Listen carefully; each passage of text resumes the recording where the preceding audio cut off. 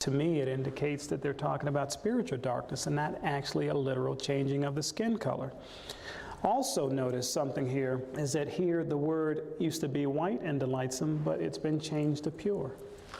My research shows that Joseph Smith also changed that way back in 1840. It just never got into the updated scriptures, possibly because of all the persecution.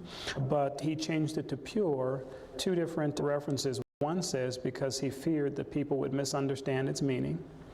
And the second one was because he thought it more closely fit what it was talking about. Okay?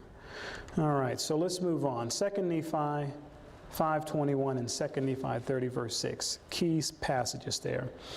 Okay, and this is number 4 here. All right, so is this the only passage in all of Scripture that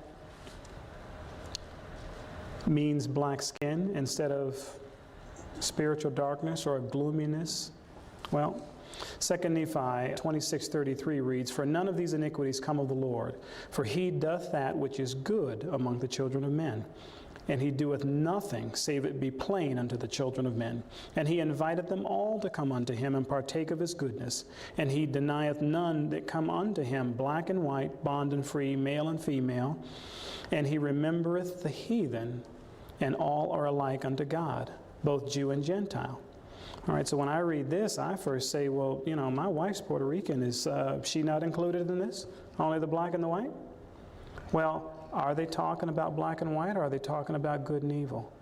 Well, if you go and actually read verses 17 through 33 in that passage, you'll see that they're talking about the evil of men and all the evil that they do, and also the wonderful invitation that's extended to the Lord and the blessing that is given to those who actually receive of that invitation, accept of that invitation of the Lord. So it was clear to me that the black and white that were being spoken of were the evil or the unrighteous, and the white were the pure in heart or the righteous, and had absolutely nothing to do with literal skin color. So let's take a look at the word white in the scriptures. Maybe we can find something there that either supports or helps us to better understand. So I searched the scriptures again, all of Scripture, and found the word white used exactly 104 times.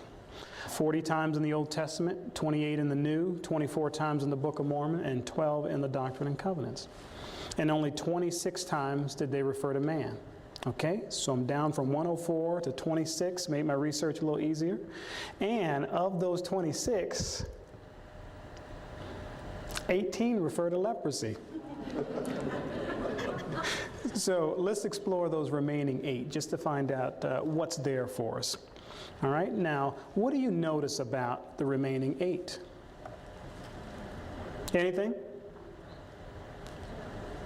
Yeah, they're all in the Book of Mormon. All right? So let's take a look at these.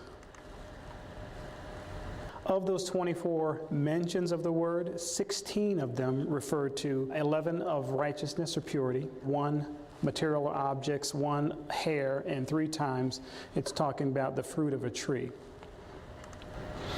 All right, so far white has not been used to describe skin color in all of the Scripture with the exception of 8 passages. Does the meaning differ only for the Book of Mormon?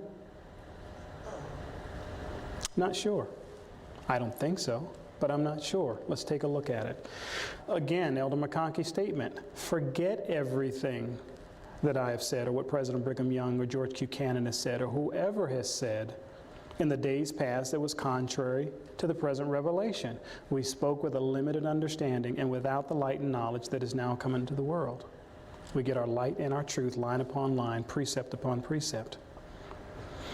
We have now had added a flood of intelligence and light on this particular subject, and it erases all the darkness and all the views and all of the thoughts of the past. So everything you thought you knew, the brethren have asked you to forget it. And so where do you go for your new understanding? The Scriptures. And isn't it great that they actually updated those Scriptures for you to help to help us to understand what they now want us to understand, what the Lord would have us to understand. And so we go back to our 2 Nephi 5:21, which we've covered.